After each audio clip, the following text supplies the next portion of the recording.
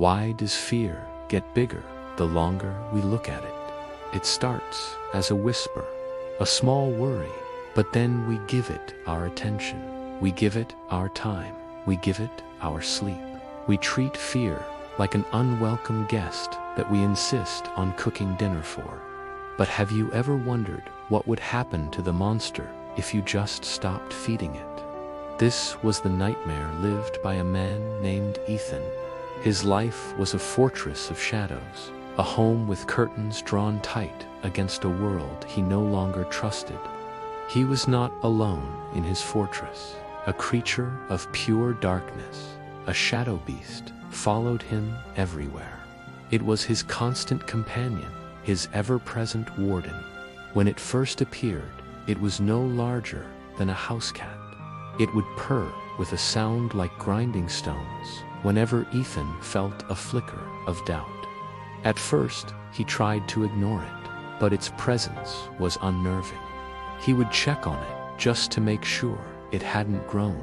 He would talk to it, trying to reason with it, to bargain with it. He would spend his days mapping out all the terrible things it might do, all the ways it could ruin his life. This was a grave mistake, because each time Ethan gave the beast his worry, he was giving it food. Each anxious thought, each replayed mistake, was a morsel of his own energy, willingly handed over. When he worried about his health, he handed it a piece of bread. When he fretted over a past conversation, he offered it a slice of meat.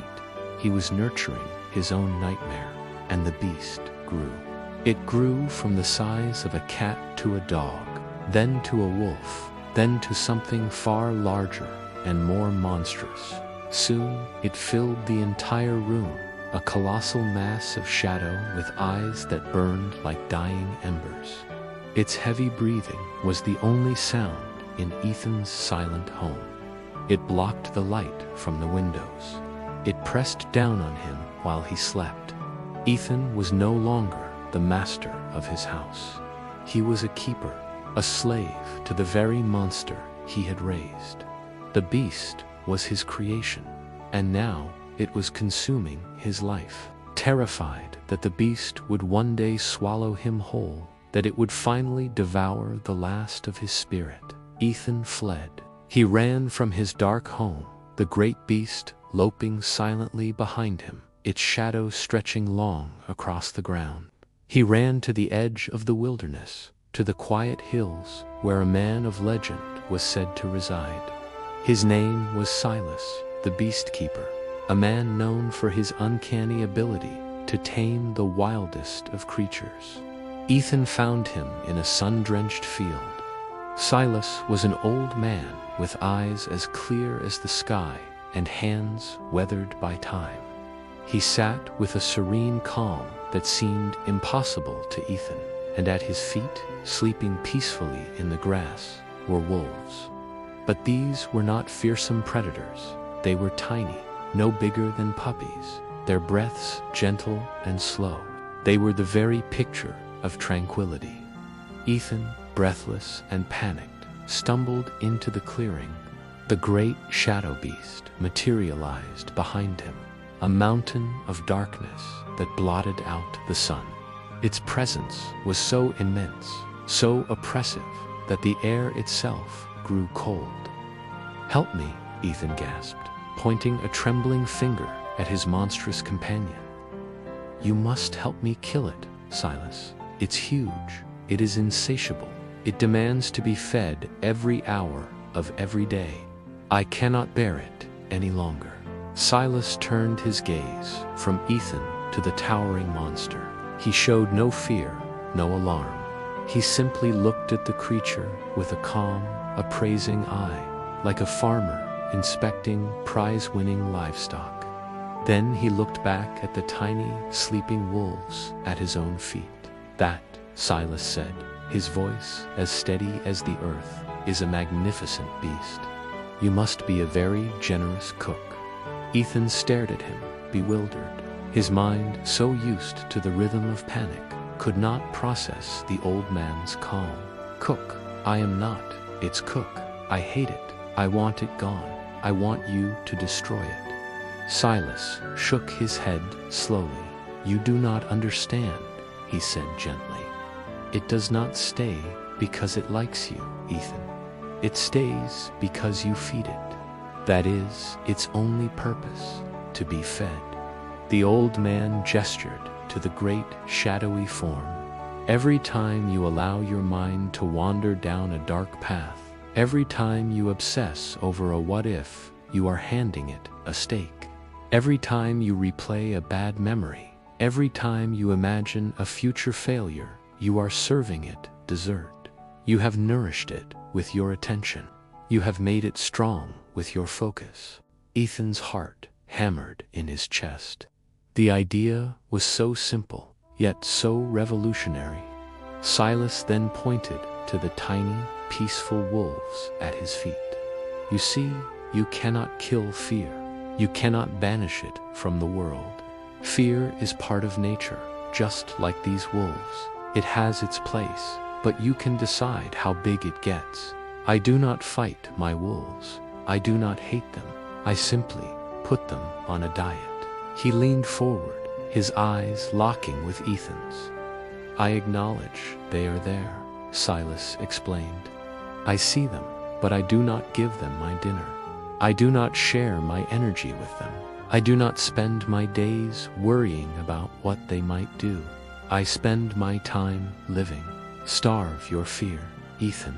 Do not fight it. Do not fear it. Just starve it. And you will find it will become small enough to put in your pocket. In that moment, it was as if a bolt of lightning struck Ethan's soul. The world, which had been a muffled cacophony of dread, went suddenly silent and clear. He looked down at his own hands, and for the first time, he saw the food he was holding. It was the worry he felt about the journey back home. It was the anxiety about what Silas would think of him. It was a tangible thing, his own precious attention, his focus, his energy, ready to be handed over. He looked at the towering beast, its mouth open and waiting for its next meal, and he realized the profound truth. He was not the victim. He was the provider. The beast wasn't an invading force. It was a loyal pet waiting for its master to feed it. He held the power all along. He was the one who could cut off the supply. Ethan returned home. The house was just as dark. The silence was just as heavy. As he stepped inside, the shadow beast materialized before him, larger than ever. It let out a deafening roar, a demand for the attention it was used to receiving. The old Ethan would have panicked. He would have started worrying, fretting, feeding the monster exactly what it craved. But this was the new Ethan. He looked at the roaring beast. He saw it not as a threat, but as a beggar. He acknowledged its presence with a simple glance. Then he shrugged. He turned his back on the roaring monster, walked over to a dusty bookshelf, and picked up a book. He sat down and began to read. He did not fight the roar. He did not try to block it out. He simply chose to place his attention elsewhere. The beast roared again, louder this time, confused and angry. But because it received no energy, no focus, no fear, something incredible happened. A sliver of its shadowy form seemed to evaporate. It had shrunk, only by a little, but it was smaller. This became Ethan's new practice. Every time the beast demanded attention, he would calmly and deliberately place his attention elsewhere. He would read, he would cook a meal, he would open the shutters and watch the clouds. He starved his fear. A month later, the scene in Ethan's house was transformed. The room was filled with light, and in the corner, sleeping peacefully, was a small shadow creature the size of a kitten. It was still there. It had not vanished completely, but it no longer ruled the house. It was just a small, quiet part of the room, a reminder of what it once was. Ethan was finally free, not because he had killed his monster, but because he had simply chosen to stop feeding it. The moral of this story is simple. Fear only grows as large as the attention we give it. We cannot eliminate fear entirely, but by refusing to feed it with our worry and focus, we can shrink it down from a terrifying monster to a manageable nuisance.